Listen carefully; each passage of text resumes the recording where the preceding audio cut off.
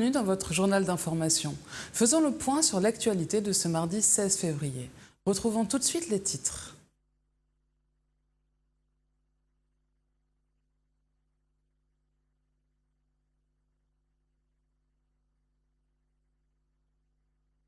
Réunis aujourd'hui pour une nouvelle plénière. Déterminés à se faire entendre, les sapeurs-pompiers se sont invités à l'assemblée plénière de la CTM. La grève de la cuisine centrale de Dillon s'est poursuivie aujourd'hui. Partons à Fort-de-France pour commencer cette édition. La grève de la cuisine centrale de Dillon, qui fournit les repas aux cantines des écoles maternelles et primaires foyalaises, s'est poursuivie aujourd'hui. Les revendications portent essentiellement sur le manque de personnel. La cuisine centrale est la plus importante de l'île. Elle prépare 7800 repas chaque jour. Finalement, en fin de journée, un accord a été trouvé entre le maire et les représentants des grévistes. Demain, les repas seront donc servis dans les cantines scolaires foyalaises. Et de la politique maintenant. Les élus de la CTM étaient réunis aujourd'hui pour une assemblée plénière. L'ordre du jour portait toujours sur des questions organisationnelles. Un partenariat entre Pôle emploi et la CTM a également été abordé, ainsi qu'une convention entre l'ADOM et la CTM concernant la formation en mobilité pour l'année 2016. Priscilla Hippolyte y était, reportage. Les élus de la collectivité territoriale de Martinique se sont réunis aujourd'hui en séance plénière. Ils se sont prononcés sur la politique de la CTM en matière d'emploi. En effet, ils ont approuvé 4 points à l'ordre du jour qui encadrent la formation des demandeurs d'emploi, notamment des jeunes. La collectivité leur apporte, parce que c'est sa mission, des réponses. D'abord en termes de formation professionnelle. La première réponse, c'est la formation par l'alternance, le contrat d'apprentissage, où depuis 1983, c'est la collectivité régionale d'abord, et maintenant la collectivité Martinique, qui a ça en charge.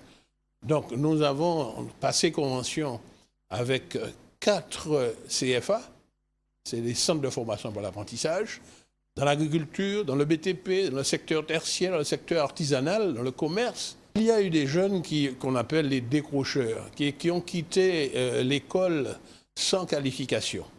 C'est pour cela que nous travaillons avec les missions locales, c'est le nom actuellement que l'on donne à ce réseau d'accueil pour les jeunes, tous les jeunes qui ont entre 16 et 25 ans, qui sont sans boulot. Je leur dis, allez vous inscrire à la mission locale. Les conseillers territoriaux ont voté favorablement la convention entre l'ADOM et la CTM concernant la prise en charge de la formation en mobilité pour l'année 2016. La formation en mobilité. Alors, il y a d'abord les jeunes qui sont sous statut scolaire dans les lycées ou dans les collèges. Avec leurs enseignants, ils peuvent faire des programmes d'action éducative, soit qui sont financés sur le territoire, mais il peut y avoir des PAE, comme on dit, qui se fait en mobilité. La collectivité va cofinancer. Et puis, il y a ces jeunes qui ne sont plus à l'école et qui ne trouvent pas à se former sur le territoire, qui ne trouvent pas. Nous devons nous efforcer de leur offrir la possibilité de se former. Mais il y a parfois des formations assez spécifiques qu'on n'a pas pu mettre en place en Martinique. Mais nous avons passé une convention avec l'ADOM, qui est un établissement public d'État, qui est chargé de la mobilité. Eh bien, elle fait une prestation pour la collectivité qui consiste à accompagner ces personnes, pas seulement les jeunes, qui veulent aller se former à l'extérieur. L'installation de la CTM se poursuit, avec notamment la désignation de membres et délégués de l'Assemblée au sein d'organismes extérieurs. Toutefois, le pilotage et le suivi du cap politique se définissent. Restons dans la politique. Ce matin, lors de la plénière de la CTM, des sapeurs-pompiers mobilisés étaient bien décidés à se faire entendre. Ils sont intervenus devant l'Assemblée pour demander plus de moyens humains et matériels. Priscilla Hippolyte les a rencontrés. Reportage. Ce mardi 16 février, les sapeurs-pompiers ont fait irruption à la plénière de la CTM afin de poursuivre leurs revendications sur leurs conditions de travail inappropriées, car les moyens humains et financiers ne sont pas suffisants pour assurer un secours en toute sécurité à la population martiniquaise. Suite à leur demande, le président de la CTM, Alfred Marie-Jeanne, a annoncé qu'un budget de 6 250 000 € sera débloqué au service département d'incendie et de secours de la Martinique.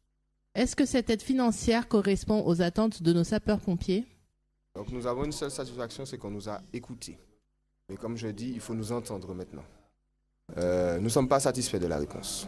Nous ne sommes pas satisfaits. Nous sommes des pompiers meurtris qui sont bafoués dans leur métier. On ne peut pas continuer le service public dans cet État. Il faut parler de chiffres concrets.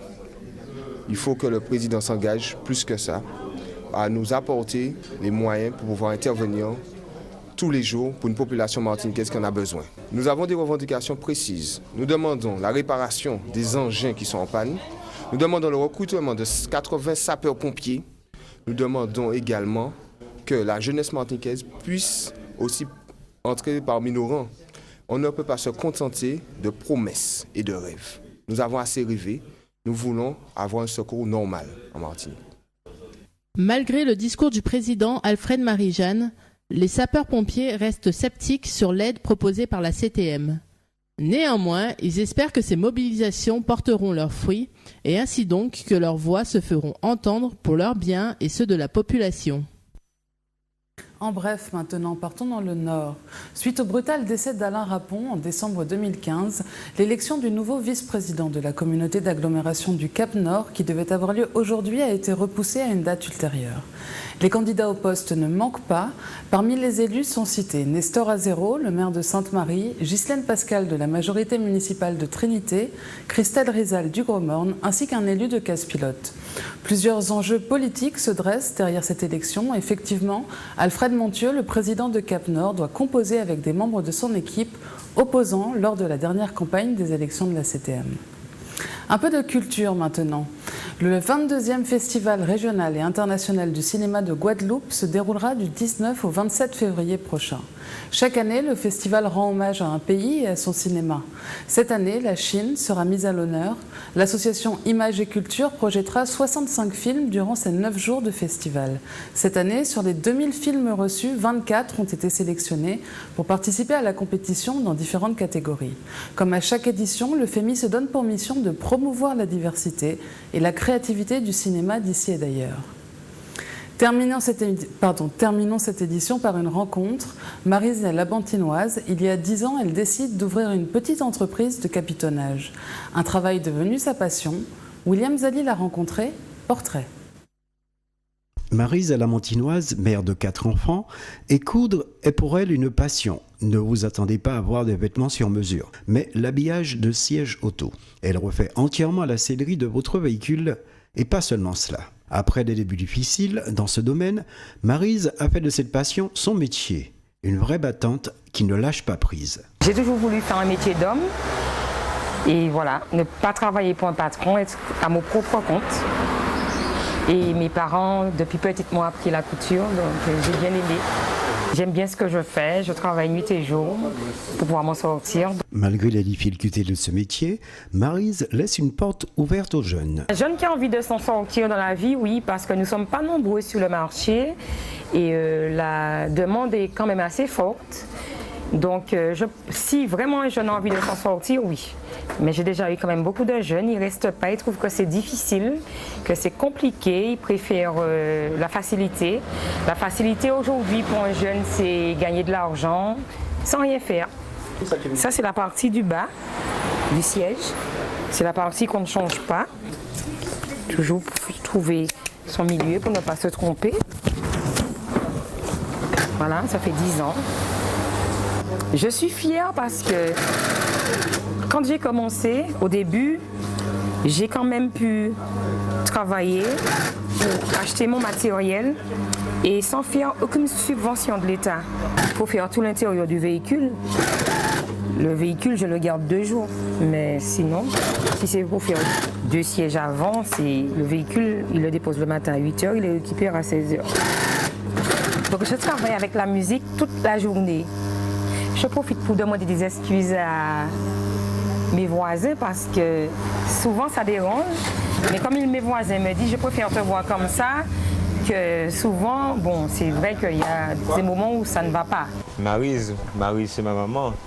Donc c'est une femme qui bosse beaucoup, elle est débrouillarde. Elle est un peu chiante des fois, mais bon, après, voilà, c'est quelqu'un qui sait ce qu'elle fait. Ils nous ont emmené le véhicule et comme c'était abîmé, on a moussé, voilà. Et là on est en train de l'habiller. Du cuir, du daim, de l'alcantara, du simili-cuir, très peu le sky parce que le sky s'effrite assez souvent. Et après, ça dépend du choix du client. Quelquefois, il emmène son tissu lui-même.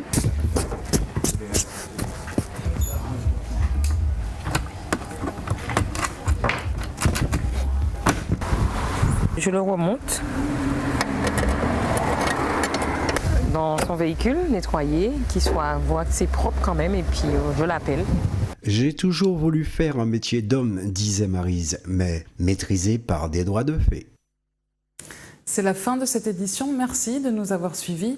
Retrouvez dans un instant les informations nationales et internationales avec Euronews et à 20h30 votre émission Libre Antenne. Passez une agréable soirée sur Zouk TV. À demain.